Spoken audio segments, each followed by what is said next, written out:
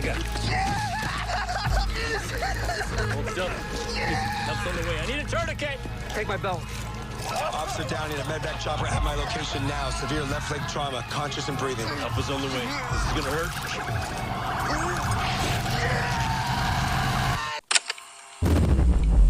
Thank you for meeting with me again. Yeah, no problem. No problem at all. Yes, I wanted to talk. I mean, obviously, I wanted you back, but I know you've been super busy. So I've been dropping all of these interviews, and everybody really wanted, and I wanted to as well. Everybody really wanted me to catch up with you again because we were waiting for you to come back on, and you finally did, and you kind of broke everybody's heart, like the last episode. So everyone's like, "We need to know, like, can we get him back? Like, what is his reaction?" So I just want to talk to you about that and kind of catch up and see like what you've been doing since we last spoke and how life has been. So yeah, I'll let you go off first before I bombard you with too many questions. Yeah, no, well, gosh, that last episode was pretty fun. I mean, yeah, I've been doing good. I was in Iceland for a week, traveling. I'm working on my own movie right now. It's called Frick. It's a coming of age story about a kid with Tourette's who grows up in the wild and reemerges into senior year of high school after being homeschooled his entire life. Um, and then, gosh, I mean, I'm starting a podcast. That's crazy. And I just did a podcast with Melissa today and last week with Liseth Chavez and Melissa O'Neill and Liseth Chavez. So, yeah, and then a weekly vlog. I'm on YouTube creating content and making YouTube videos. And so just trying to make as much art as I can, visual art, and having a good time and auditioning for TV shows and movies and all sorts of fun stuff. Yeah.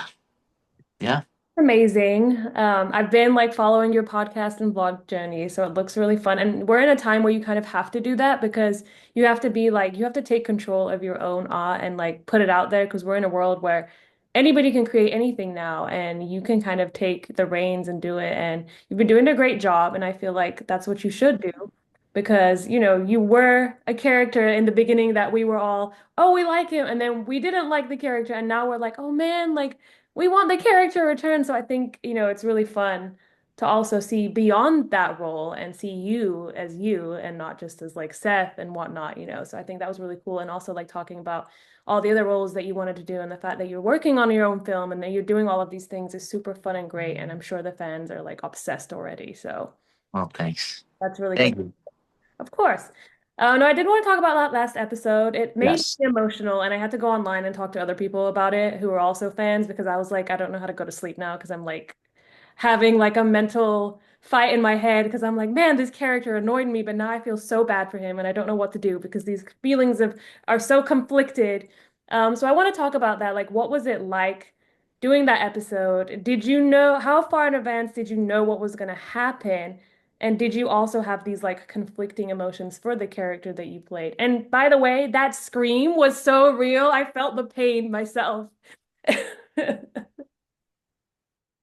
get that scream, I watched a video of a guy. I did research of there's a video of I think it's a Russian man, and he's lighting a firecracker or he's lighting a stick of dynamite and he blows his hands off. I watched that video to prepare to really.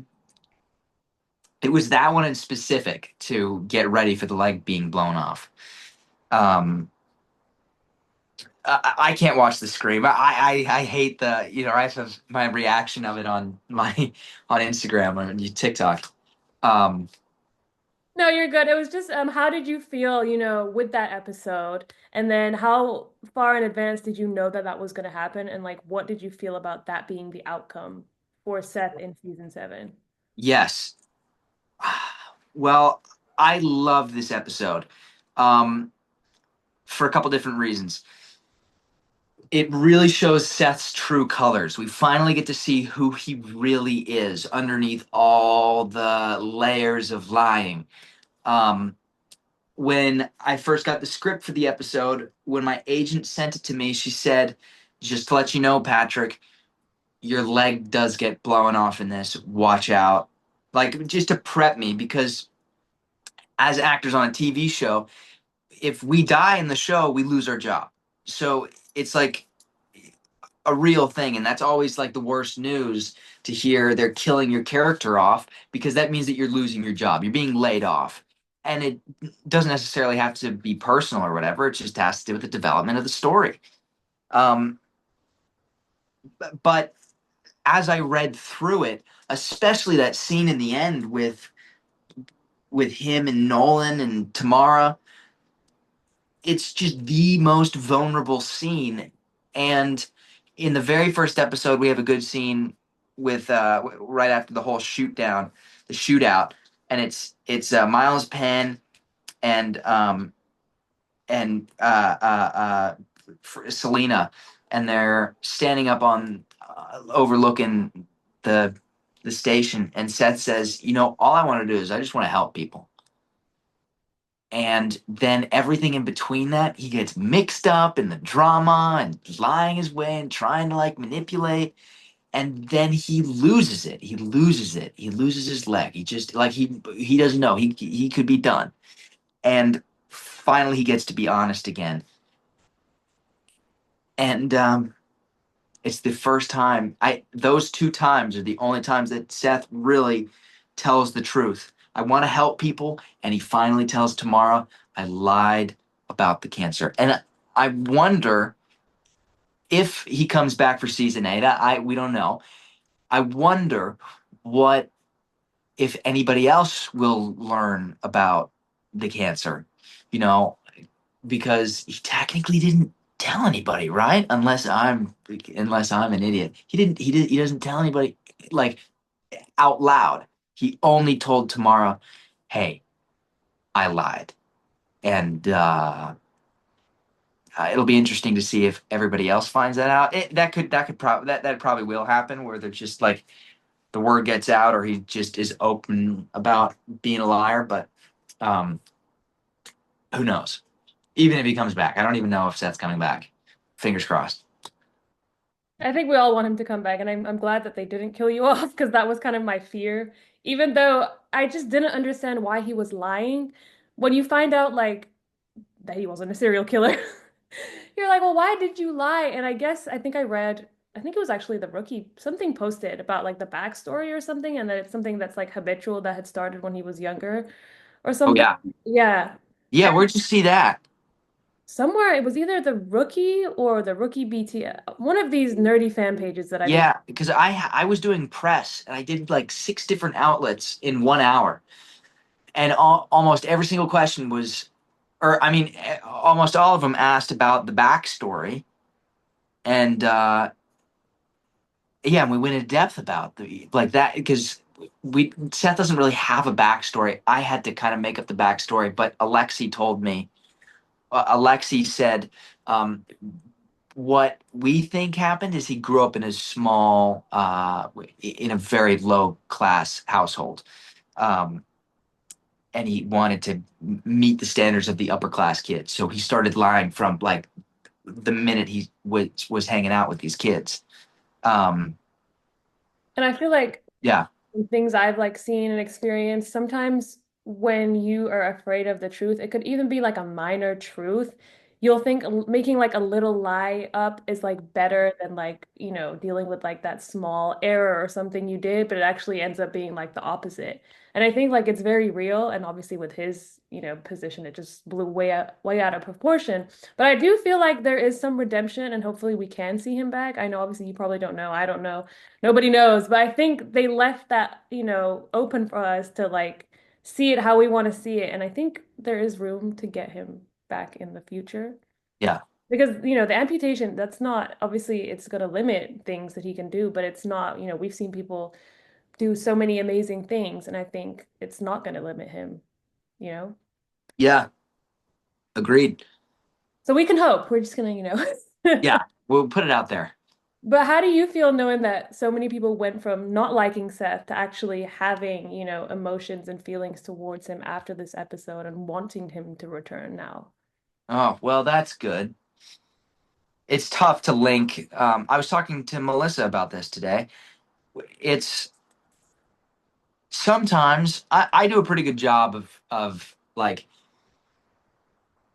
that's Seth Ridley, I'm Patrick Keleher. And but when every single comment in my any single Instagram post is like, you're pretty sus, dude. It kind of makes it, it makes me say, I really hope I do a good thing in the show to to make these people like me again, because that's the ego, right? If they, but um yeah, I mean, I hope he turns around, he becomes a good guy. The other thing is, this was really cool. I was at a cafe and I saw Monica at the cafe. We were with Bridget Regan. That is her name. Bridget Regan. Everybody, when like she's evil and people associate Bridget on 911, she's playing the bad guy.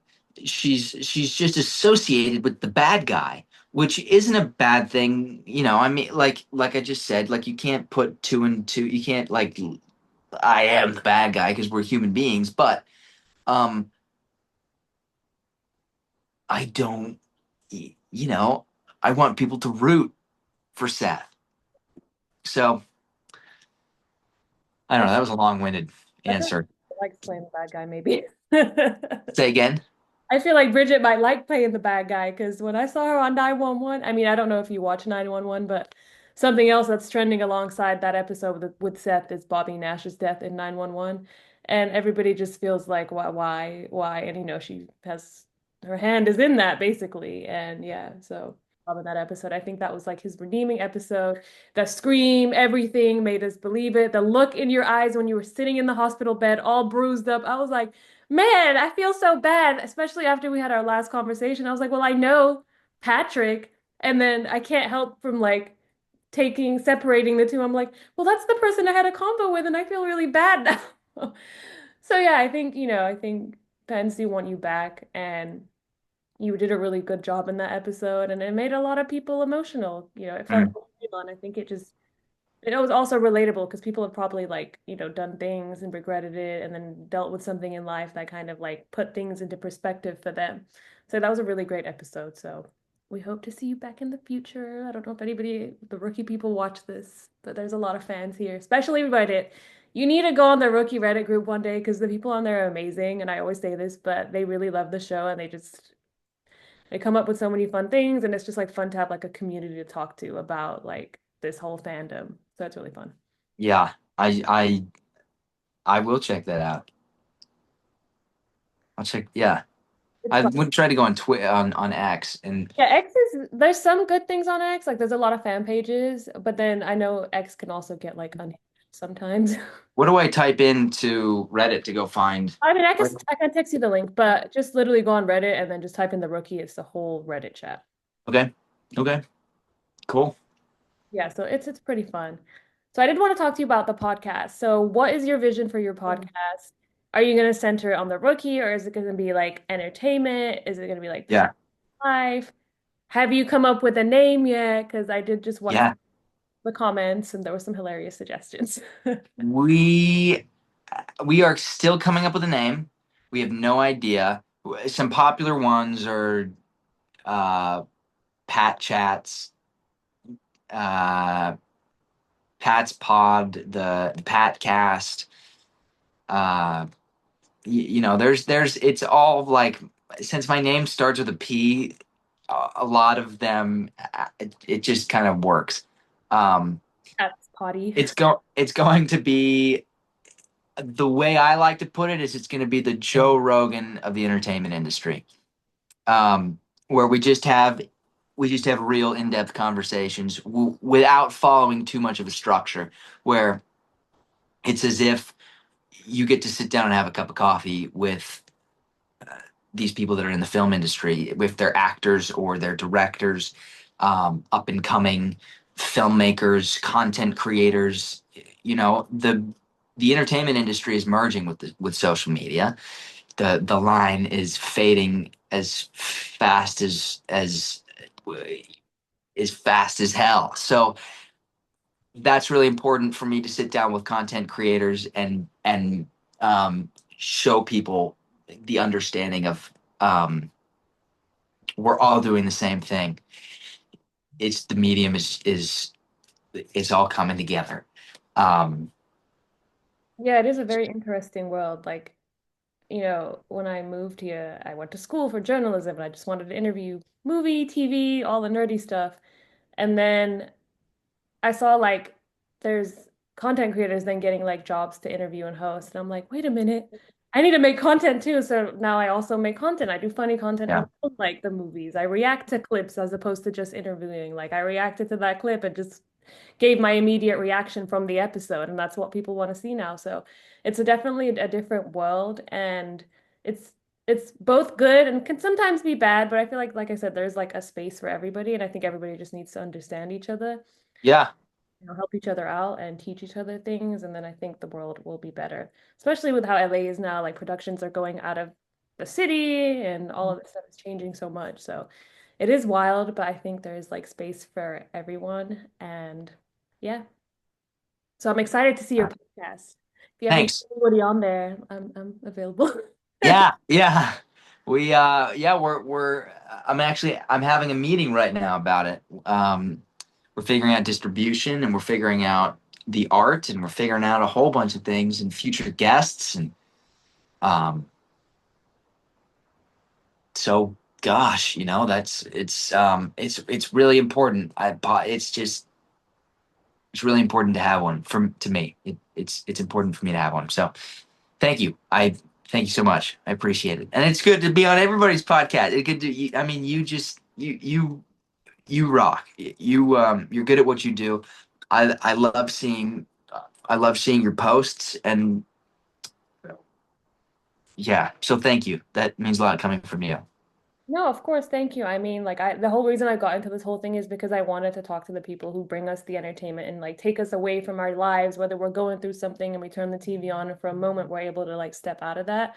So like we want to thank you guys too as well, because without that, like I'd be on my phone just scrolling or whatever. I Right. went to the Thunderbolts premiere and I cried because I was like, I've never related to superheroes so much. Like, why did it end? Like that's how movies Oh, feel. I'm going to see that tonight. Oh, it's so good. It's so good. Oh my God. I'm not gonna tell you, but those end credits. Oh my God. Oh God. Okay. All right. I'm pumped. I'm so excited. You're I'm like seeing it at 9 p.m. obsessed. So good. So I won't keep you for too long because I know you want to go get ready, but I did want to talk to you about the movie that you said that you're working on, or Hmm. let's get that out there too. I want to let everybody know about everything. Yeah. Yes, this movie Frick. If you haven't already seen it, there's a short film. It's called Frick. It's on YouTube. FRICK exclamation mark. My buddy Mateo Beckage and I, um, he's with me right now. He's directing it with me. He's right. Can I pull him into this? Yeah, of course. Okay. This is Mateo Beckage. Hello. Hi. This is the Who Let Us Out podcast, social media. We okay, so yeah, so we wrote Frick. Mm-hmm. We came up with the idea when we were in college for this short film, and then we just freaking turned it into a movie. We're like, yeah, we have to make a movie. Yeah. We wanted to do one more short film before we graduated college. So we were like, okay, let's sit down 1 week and brainstorm ideas and then start writing. And the whole from brainstorming to finishing the script took us like 1 whole week. And they were okay, let's shoot in 1 week. So we did another week of pre-production with like the tiniest budget and the tiniest crew possible.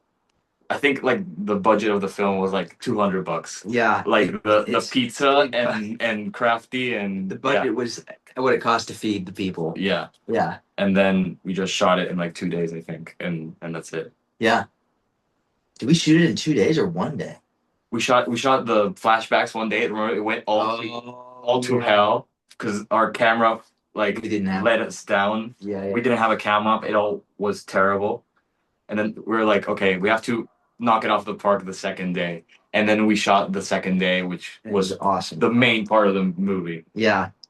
And this film, like I said before, is about a kid with Tourette's who grew up in the wild. He wasn't accepted in preschool, and the teacher said, he's a disruption. You need to send him to a private school, or you need to homeschool him." And his parents take him into the woods, and they homeschool him in the wild, and he grows up riding dirt bikes and hunting, and he's just isolated from society. And they make the decision, you need to go to school. Mhm. And he is old enough to be a senior, so he enters into this small town. We're hopefully going to shoot this in my hometown in Carbondale, Colorado, this small little mountain town.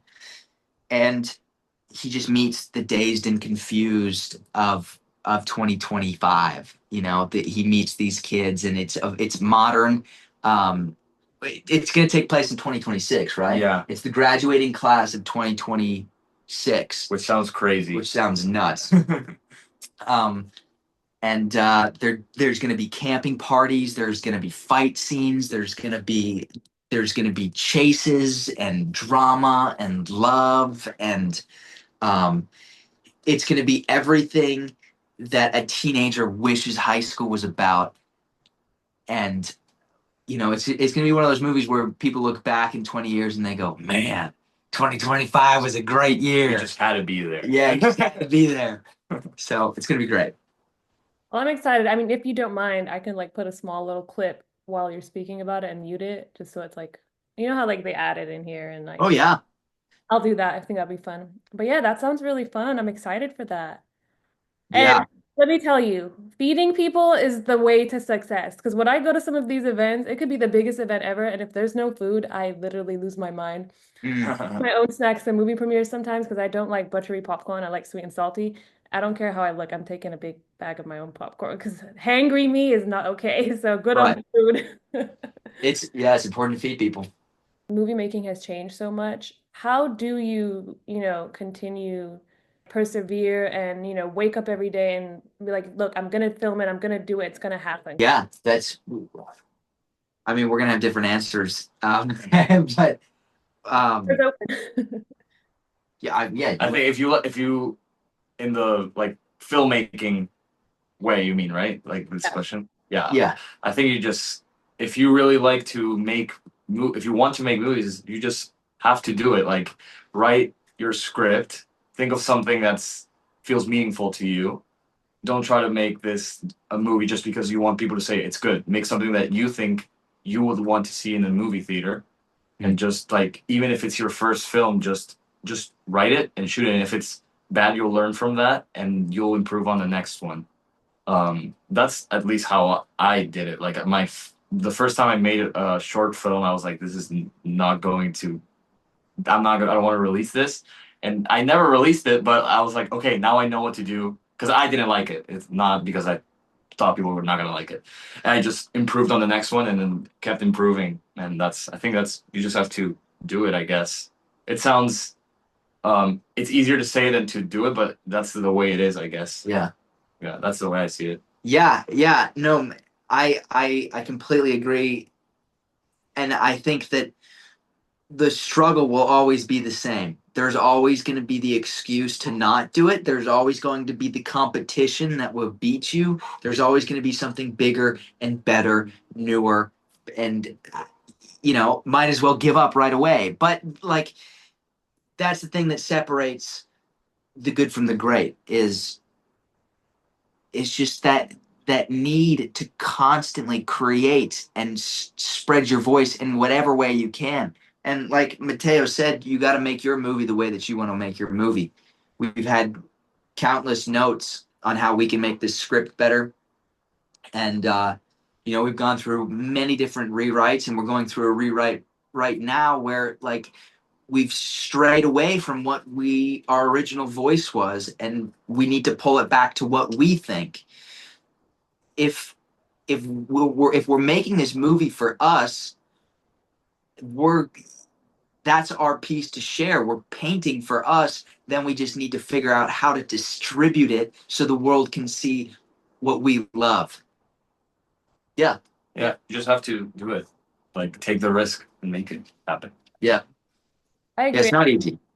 It's not, and I feel like in a world where like we want more original films, like there's a lot of great IP there that does keep getting remade, and we love certain sequels and certain movies, but there does need to be more originality because when I look back on being a kid growing up, those were movies that were mostly original or like remade from movies that were like maybe 50, 60 years old. So it is really, we want more original films.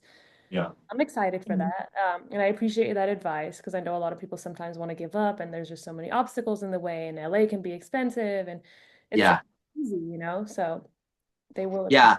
No, it's tough. I mean, we just had a situation right now where we're sending emails to producers to figure out moving the script forward, and I was freaking out. Yeah. I was having my little moment of like, it's hard, but nothing that we're gonna do is gonna be easy. Yeah.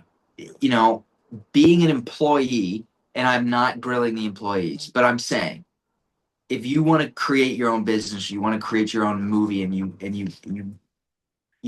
want to stray away from being an employee, you got to do what you love, and you got to not worry about the saturation of the market or how much it's going to pay you, or like, we love movies so much that we're we're going to die on that hill. Yeah. Like, if it happens or not, it's not like we're gonna, oh well, I guess I'm gonna go start a yacht company, or I guess I'm gonna go make start selling bagels. Like, it's just not gonna.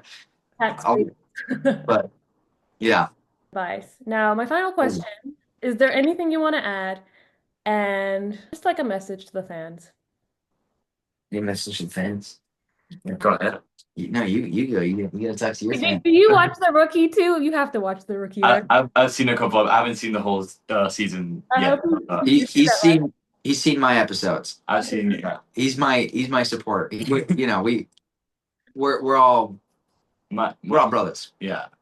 My message is, go watch The Rookie, go watch his films, go watch his other projects, like the ones that I've worked with him. All the short films I've made, I think 90% he's been in. So if you want to see more of this face somewhere else, Mateo Bekich, Mateo Bekich, Bekich on YouTube. Freshman, Loverman, the Man Universe. What's the other one? Frick. Carol in Disguise. Frick. I forgot Frick. And Ding Ding. Ding ding. That's for the horror people. Yeah. And I think that's it. Yeah. You're not in. You're not in Kansas. Not in Kansas. But yeah. And yeah, just do your movies. Yeah, yeah. One thing to never, you can never give up. You got to do what you love. You got to do what you love, and you got to go watch Mateo Bekich's films because they freaking rock. Yeah, we're gonna follow you. I don't know if you have IG, but we'll find you on there too. So Yeah, he's on IG. Yeah. Same YouTube, same on IG, same on IG. well, thank you. It's always fun talking with you. Hopefully, this is not the last. Hopefully, we see you back, whether it be on The Rookie or another favorite show, or maybe a Indiana Jones film. Yes, it's gonna be Indy 6. Oh, we got to talk about this. Young Indy. We got to talk about. We're actually gonna write up a mock-up script. Okay. I've decided today. Okay. Decided. I've first time I'm hearing it. Yeah. You're like, okay, I'm down. So. Yeah, thank you. I really appreciate it. The fans appreciate it. And these are always fun. And good luck on everything. You're gonna kill it, both of you. And I'm excited to see the future. Thank you. Thank you. Always good chatting with you. Thank you for having me on briefly. This was fun.